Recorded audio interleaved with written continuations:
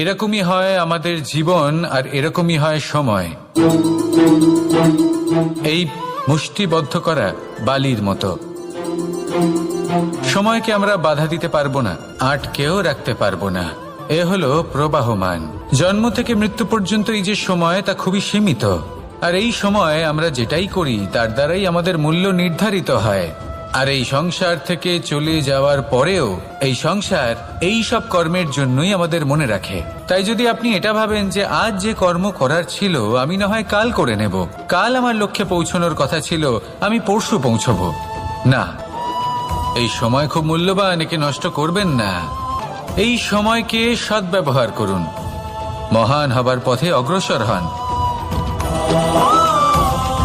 একে যদি মুষ্টিবদ্ধ করে রাখার চেষ্টা করেন, এই সময় থেমে থাকবে না। আসুন আমার সাথে ভালোবেসে